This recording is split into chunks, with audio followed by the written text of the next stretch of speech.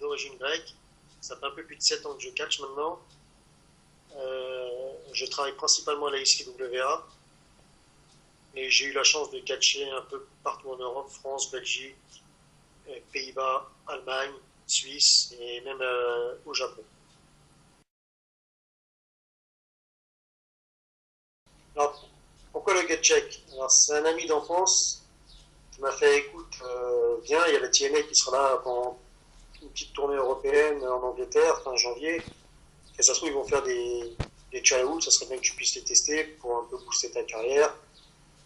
J'ai fait écoute, moi je fais les Américains, ils n'en ont rien à faire de moi, je vois pas pourquoi j'irais. Donc il m'a fait, non mais t'as rien à perdre, de toute façon, viens, on va y aller, on reste 3 jours ensemble, tout ça. En plus j'étais une période un peu difficile, donc il me fait écoute, je fais écoute très bien comme tu veux, donc on est parti 3-4 jours à Nottingham. Et j'ai fait le séminaire dirigé par Dylan Brown. Et suite au séminaire, j'ai reçu un mail d'officiels de la TNA qui m'ont demandé si je voulais participer au Gut Check Challenge, le concours. Donc je fais, moi j'ai rien à perdre, pourquoi pas, hein, si je me fais éliminer, je me fais éliminer, bon, on verra ce que ça donne. Hein. Et donc dans les poules de qualification, ils m'ont mis dans la 7e poule, enfin le bracket 7 qui s'appelle. Et j'ai terminé les premiers de mon groupe, donc ça fait que je me retrouve parmi les 16 finalistes et prétendants pour essayer d'avoir un contrat TNA, un pack wrestling devant le jury.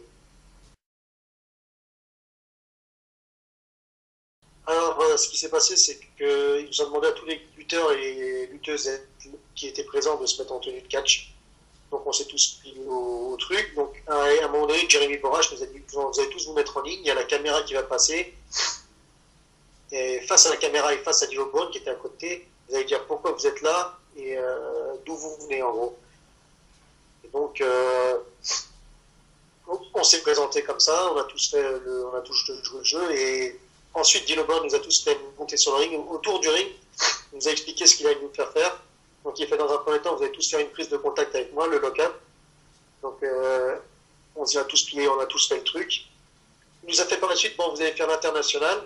C'est une prise basique dans le catch pour voir si vous savez la faire. Donc c'est la prise de contact, enfin headlock, blocage de tête. L'autre qui le renvoie à la corde, tackle, bélier, chute, je repars, drop down, toast, déhanché. Donc un truc tout simple comme ça. Et après il nous a dit bon vous allez choisir un partenaire. Enfin même pas choisir, c'est les deux qui montaient comme ça sur le ring. Vous allez faire 5 minutes de chain wrestling. Donc moi, le chain wrestling, c'est pas mon fort, je le reconnais, donc j'avais un peu d'appréhension là-dessus. Et face à moi, il y avait un catcheur anglais d'origine indienne, et qui lui était pas plus doué que moi. Donc quand on a commencé, au bout de 2-3 minutes, il y a Dylan Brown qui a arrêté l'exercice, qui nous a fait écouter, bon, c'est quoi ce que vous faites, en gros, c'est un peu pourri, donc je le reconnais, pas de problème. Donc lui, après j'ai fait 5 minutes de chain wrestling avec Dylan Brown, qui m'a fait ok, ça va. Et j'ai refait 5 minutes de chain wrestling avec l'autre catcheur pour remonter. Donc au final, ça va faire un bon 10-15 minutes de chain, donc c'est assez fatigant. Donc on commence à voir les étoiles, la tête qui tourne, mais ça allait. Et ensuite, il nous a demandé, nous a mis de chacun une bonne dizaine autour du ring, de chaque côté du ring. Et il nous a fait, bon, alors toi, avec qui tu vas être? Il m'a fait, toi, Rhino, tu vas être avec qui? Donc j'ai choisi Styx, un catcheur anglais que je connaissais sur place, pour l'exercice qui était en fait de faire un petit combat de 5 minutes. Et il a fait personne ne parle, donc une fois que les binômes ont été constitués, il nous a fait très bien, il a pris le chronomètre en main, il a fait bon, vous avez 2 minutes pour préparer un combat de 5 minutes chacun. Mais je veux pas plus de 5 minutes. Donc on a préparé le combat avec Styx, on est passé les premiers. Donc le truc, ça a duré un peu moins de 4 minutes. Donc Dylan Brown était satisfait, il a fait bon, ça va très bien, mais seulement comme entre 4 minutes et 5 minutes, il y a une bonne période de minutes cross qui est assez, et j'aurais pu faire deux autres spots dans le combat pour gagner du temps. Donc, il a fait sinon dans l'ensemble, ça allait très bien, quoi. Et donc, après, le séminaire s'est terminé comme ça, et on m'a demandé si je voulais assister le soir au show. Donc, j'ai fait oui, il n'y a pas de problème. Et donc, j'avais accès au backstage et toute l'arena pour voir un peu mieux ce qui se passait. Donc, c'était une bonne expérience, moi.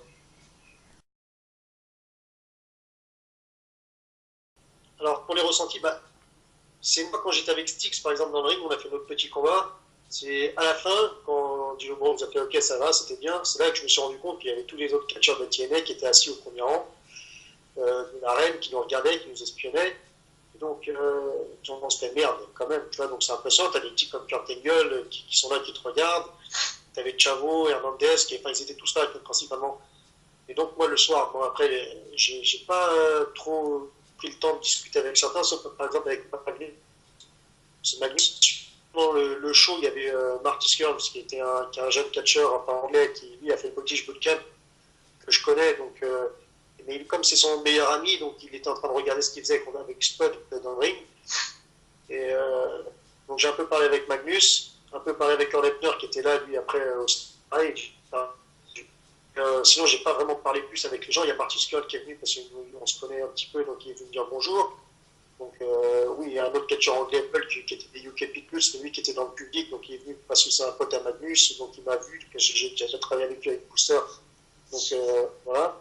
Mais sinon, j'ai vraiment pas vraiment eu le temps de parler avec eux, parce qu'en même temps, ils avaient un peu, pas rien à faire, mais bon, ils sont là pour faire un show, ils repartent, ils sont sur la route, donc ils n'ont pas vraiment de temps à perdre avec les petits jeunes. Il y a juste Dylan Brown à la fin du séminaire qui nous a demandé, quand on était tous assis, le micro qui était coupé parce que comme il était filmé pendant le séminaire, donc il était dans son personnage, il nous a fait écoute, voilà, je vous donne mon mail, vous pouvez m'écrire pour me montrer en vidéo si vous êtes amélioré par rapport à des exercices qu'on a fait.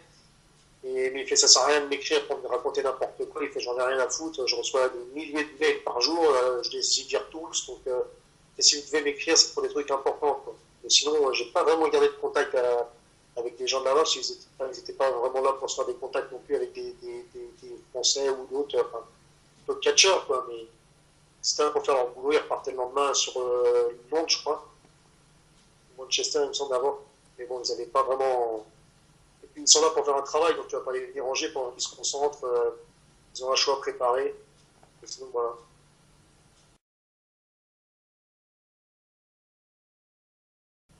Alors, si je devais réussir le Gut Check Challenge, quel catcheur de la TNA j'aimerais affronter? Sincèrement, il y en a beaucoup. Il y a Sting parce que c'est vraiment une légende dans le catch. Il y a Jim Fax parce que c'est vraiment un phénomène, quoi, comme son nom le dit. Il y a franchement une multitude de catcheurs, mais moi, à titre personnel, ça serait vraiment plus Kurt Angle. Parce que pour moi, Kurt Angle, c'est le catcheur parfait par excellence. Il a un bagage avec lui de lutte, de catch.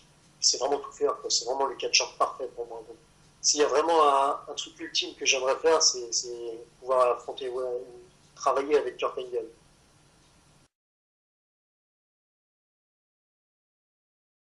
Si vous voulez voir un Français à la TNA, même malgré que j'ai un nom d'origine grecque, si vous voulez voir un Français à la TNA, ben c'est le moment, quoi. Faut voter pour moi. Ça permettra sans doute un jour à la TNA de revenir en France aussi. Donc, moi, j'ai tout à gagner, et le public français et les fans de catch à la TNA aussi a tout à gagner. Donc, votez pour moi du 8 au 15 juin sur le site challenge.tnagutcheck.com. Il faudra voter pour Dimitri Rostos-Sotopoulos si vous voulez voir et espérer voir un Français à la TNA.